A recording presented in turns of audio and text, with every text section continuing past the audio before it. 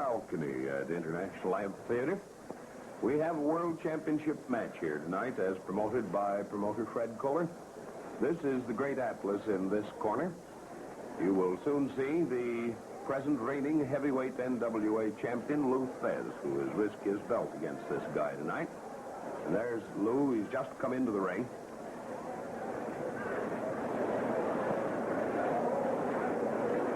One thing that you probably should all know is the fact that Lou Thesz has a large group of youngsters and grown-ups, for that matter, around his corner here as they're seeking autographs.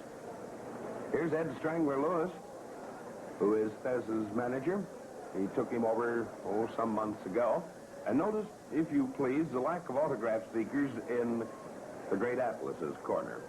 Great Atlas is Morris Shapiro. He's wrestled for a number of years in the heavyweight division and has waited a long, long time for this opportunity to come about where he could meet Lou Thesz for the NWA Championship belt. Tony Hajek is the referee here. Ed Lewis looking for a little oil on our Mr. Atlas's neck, and Mr. Atlas is resenting it, would seem.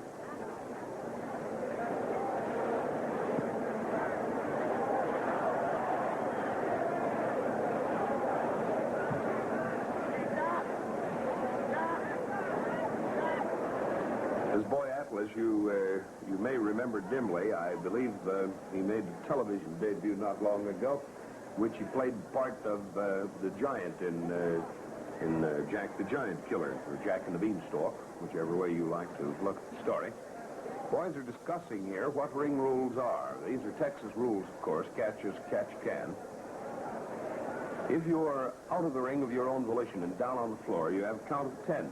If you're thrown there or fall there, you have a count of 20. If you're out on the apron of the ring, you're allowed the space of 10 seconds in which to get back into the ring. Also, Tony Hajek is telling the boys here, such a handshake, Mr. Atlas. Hajek is telling the boys that should they produce a hold that he does not like, there's that World Heavyweight Championship belt, that they have until the count of 4 to release that hold, or they're automatically disqualified.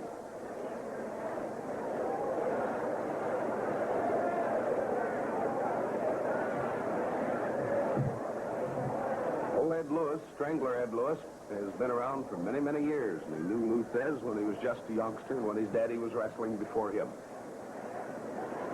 So, for him to be seconding a man like Lou Thesz is only natural. There's the bell, and Atlas was caught doing his push-ups on the ring rope. Here is the waist lock. This boy, 1, 2, 3, you better break it up. Atlas is not what you would call at all a slow starter, and Hajek is right after him. They're starting these roughhouse tactics. Oh, they love you, Maury. That's why they like to boo you.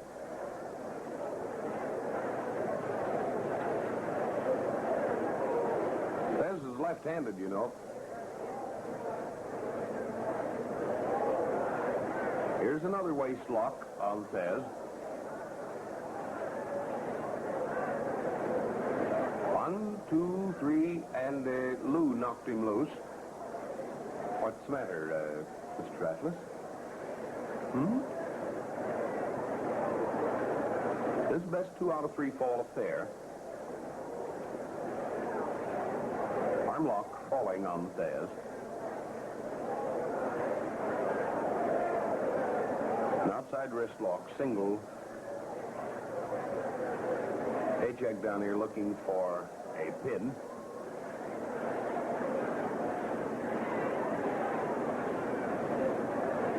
One, and Thesz made a takeaway there.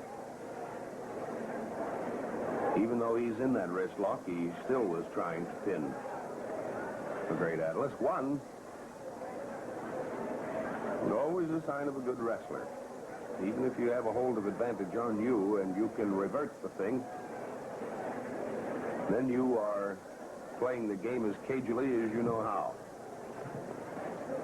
Thesz weighs 248 pounds as he came into the ring here tonight, and the great Atlas 236. They're both powerful men, both fast. And Thesz is one guy in the world who likes to keep a match clean if he possibly can. However, if an opponent starts crowding him, I don't think there's a guy that's any rougher or tougher than Thesz when he does get his hair up. Come on, Mr. Atlas. 1, 2, 3. You better break it up, Buster. Mr. Haycheck does not want you.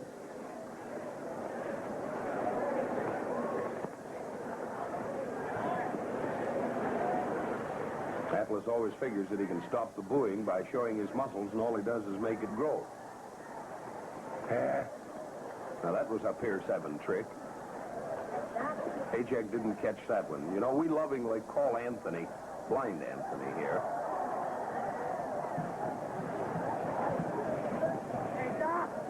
Actually, Atlas was using the ropes on the far side of the ring here to hold on to Thesz with his knee lock. That's why we call Tony Blind Anthony. He can see only one thing at a time.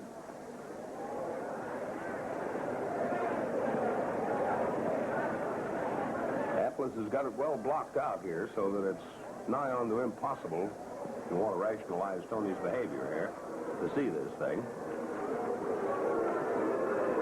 He caught him then. There now, boy. 1, 2. Quit complaining, Mr. Atlas. All you want's that belt, and Mr. Thesz is going to see that you don't get it. So here we go again in the same old detail. Now Atlas is using his foot on the rope with his knee lock.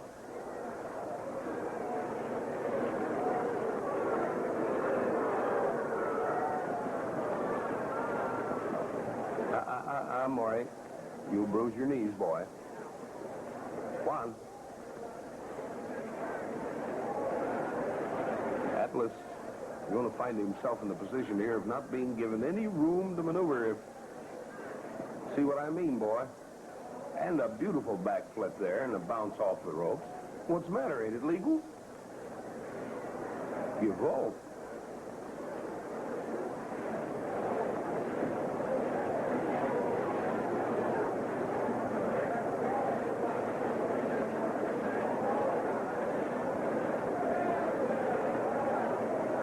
Lou's a hard man to come into a wrestler's grapple with for the simple reason that he's left-handed.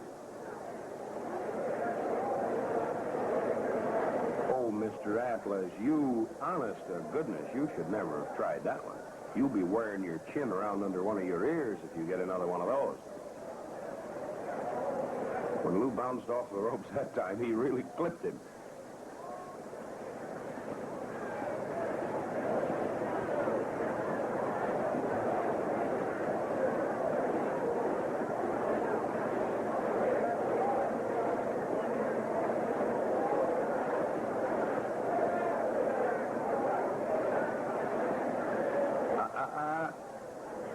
Those broad arm licks are perfectly legal, but you have to watch them and get them centered up, or they become illegal, Marty.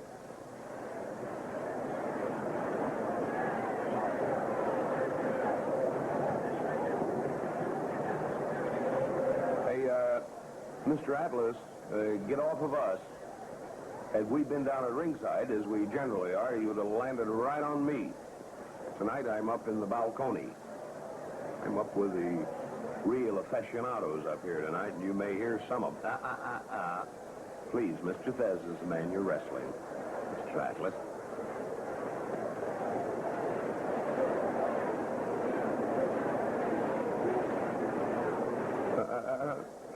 Use your head, boy. Sure, he had his fists doubled up.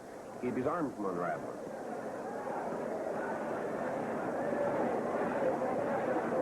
Run under hammerlock. It was a beauty, incidentally. Let go from the trunks. No built-in handholds here. Take down.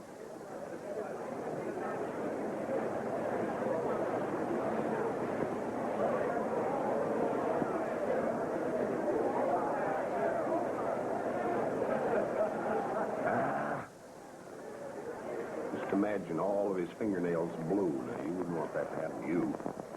Quit stomping his pinkies.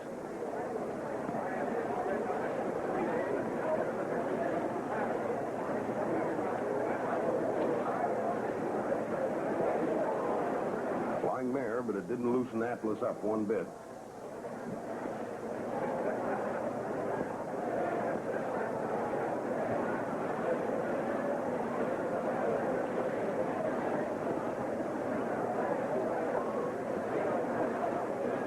You're standing on these curly lock there, boy.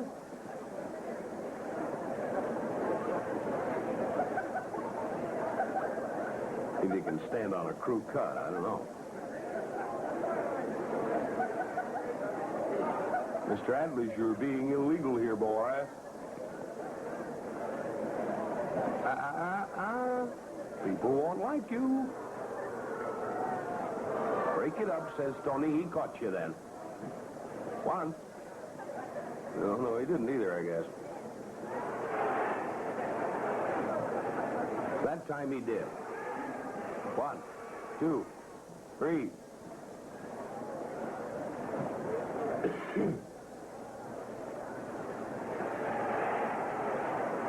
Pass around the Smith brothers, boys. No, Mr. Atlas. No. And he swears up and down that both of them are after him there. Thesz for sticking his elbow in his ear and Ajak for arguing with him. There was a feint of the headlock and right back into a hammerlock again. Oh, fine.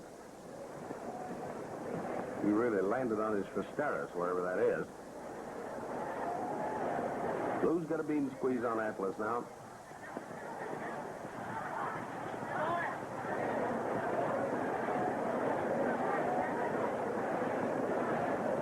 Have to be broken up. They're into the corner. And that one... Oh, now you're not going to scare him a bit.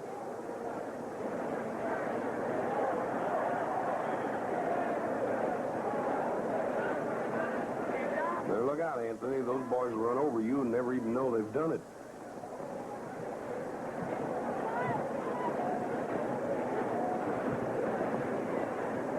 Headlock on Thesz. This is a world championship match if you just happen to wander in. There's Flying Mare.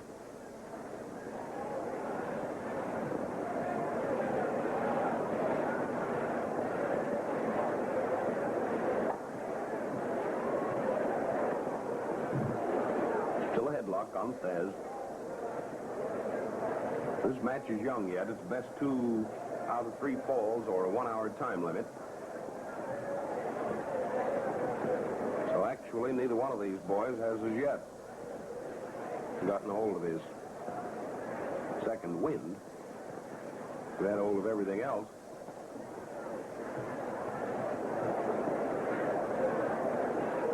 Well, Mr. Haycheck, you're cluttering up most of our picture, you know. What?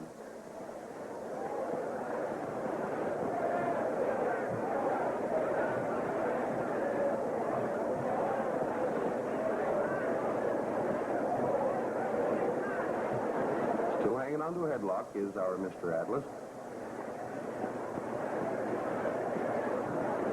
Oh, he bopped Mr. Thesz in the peepers. You can't use the ropes. Get up, you. 2, 3, 4. That was a count of 3.5 before Atlas let go. He's right back. 2, 3. Hey, now, chum, that is getting tiresome.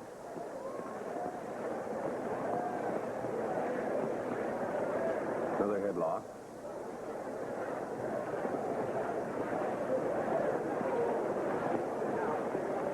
Might say it was the same one. See how Atlas makes those takedowns? By using the ropes? They're not quite cricket as far as takedowns are concerned, but they're takedowns. And Tony doesn't catch him.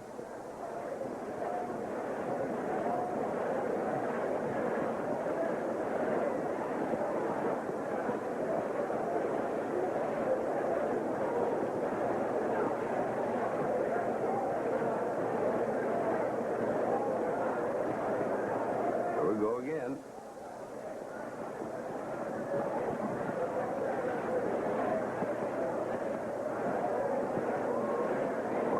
to the ropes on this ring, this kid Atlas couldn't work at all, could he?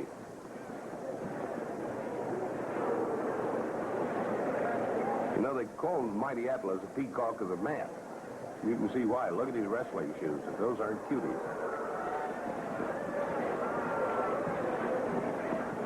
Atlas is getting roundly cheered here in the form of boos for these rope-using tactics of his.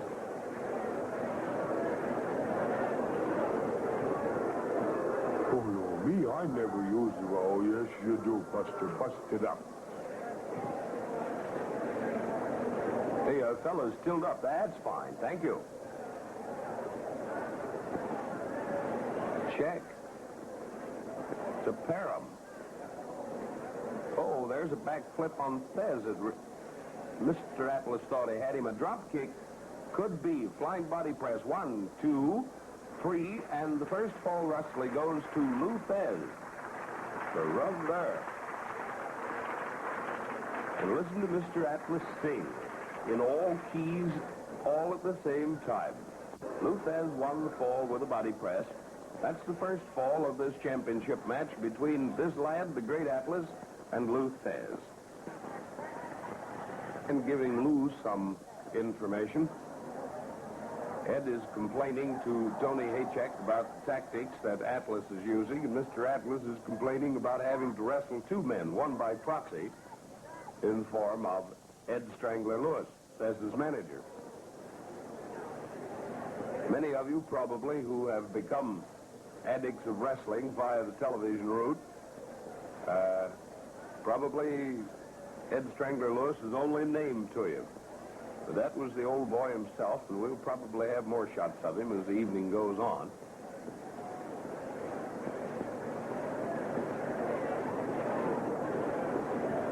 There's the bell, and we're off and running on the second fall of a World Championship match here in International Amphitheater. This is Pappy Davis talking to you. Atlas is going after this very famous full Nelson of his that he calls the Atlas hold. Lou has shown him how to use the ropes here in a good way.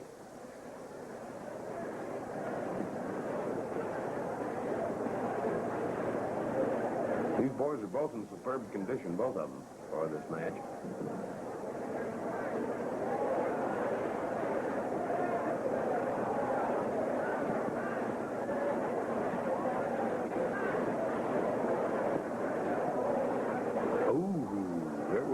Toughie right into the gizzard. Those are broad arm licks. They're not delivered with a fist. Another headlock on Thesz and a poking right above the right eye.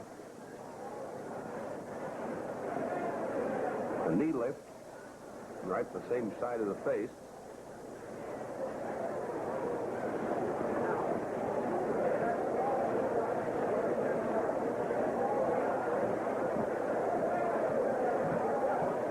A neck set that Atlas is trying to maintain here on Thesz, but we'll have to break it up because he was stymied by being in the corner. He couldn't move hardly.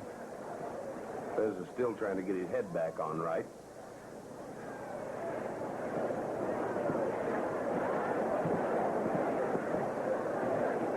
Another headlock.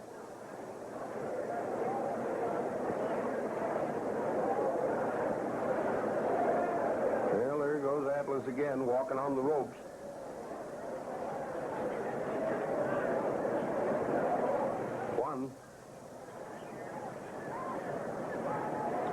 From where we are up in the balcony, you should hear these $1.35 guys up here take after Atlas for his illegal tactics. I think they're worse than the ringsiders.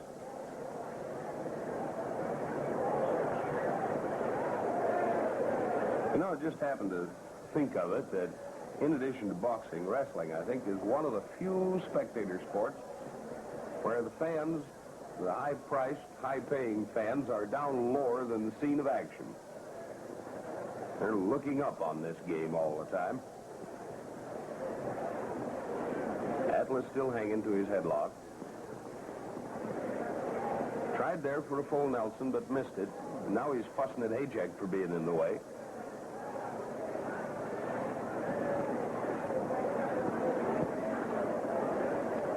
going to get in a little road work here to get his head cleared up. Oh, I don't think he'll kick you yet, Maury. But if he does jump, you'll know it.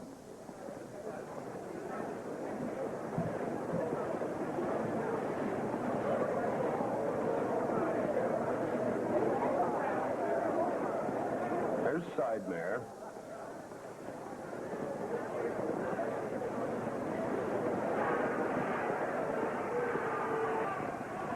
Another headlock on Thesz. Onto the ropes. There's a flying toe hold on Atlas, and Thesz is going to wear him slick with it.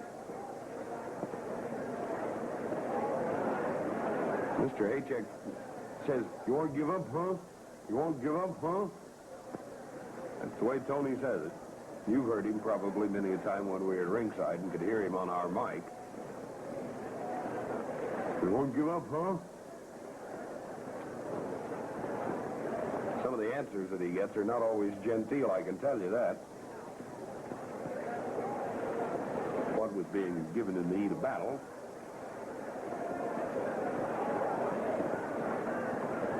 All right, Thesz has to break up the toe hold. Come on out in the center of the ring. He wants to help Mr. Atlas, Tony.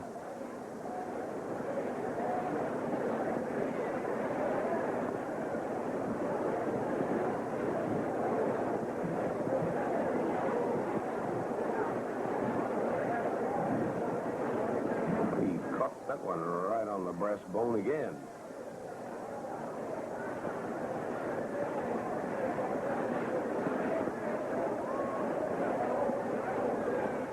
Okay, so you've asked for it here, Mark.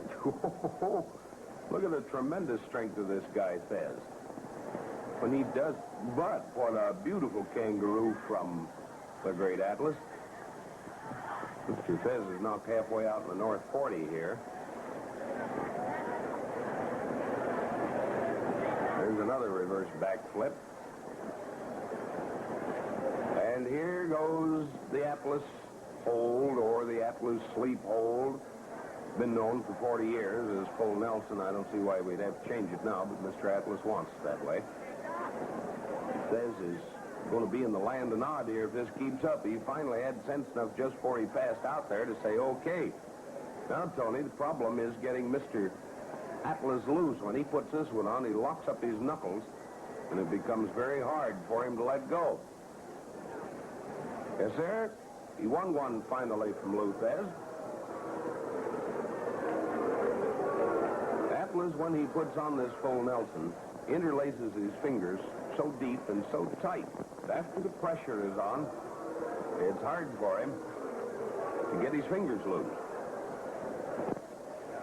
There's Ed Lewis, who has walked in here now and is working over Mr. Atlas. I've got news for you. Ed Lewis is not at all afraid of you. He would just as soon undo you like a new shoebox as look at you, and the old boy is still capable of it. So do be careful.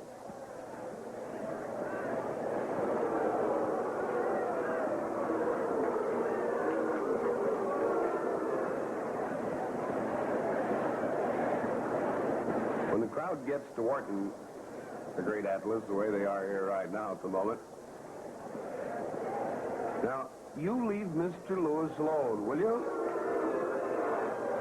Haycheck has just asked Lewis to step out of the ring here to stop the possibility of a real head-on collision between himself and Atlas.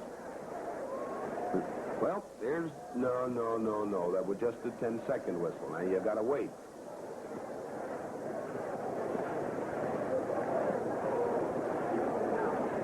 Lou's pretty well worn down with that full Nelson.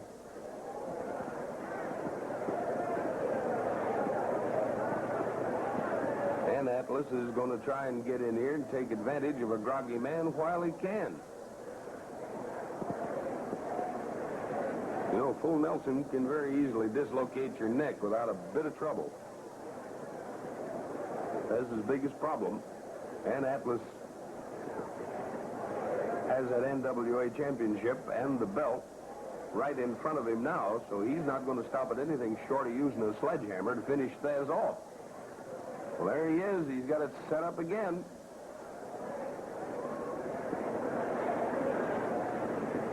How long can this go on? Oh, no, looky here. Maybe. This count is on Atlas. Don't forget that. 1, 2, 3. Yep, he thinks he's won it, but he's going to be a disappointed boy because Haycheck was counting the pin on his shoulders. No, no, Mr. Atlas, it was your shoulders that were flat of the mat. Not Thesz's, because he had one completely up and was lying on top of you. And for that reason, when Tony Haycheck counted 2, 3, he was counting on you, Buster. Yes, sir, I'm sure that Atlas is convinced that somewhere in this crowd there is a gunner. He feels like he's done had it, but Lou Thesz is still the reigning heavyweight champion of the NWA, and perhaps he will live to wrestle the great Atlas in another day. This is Russ Davis speaking to you from ringside at International Amphitheater in Chicago. We hope you've enjoyed this promotion of Fred Kohler's tonight, and we'll look forward to being with us again when we have another such match of this caliber. This has been a real great one and had a very much surprise ending to it all the way through.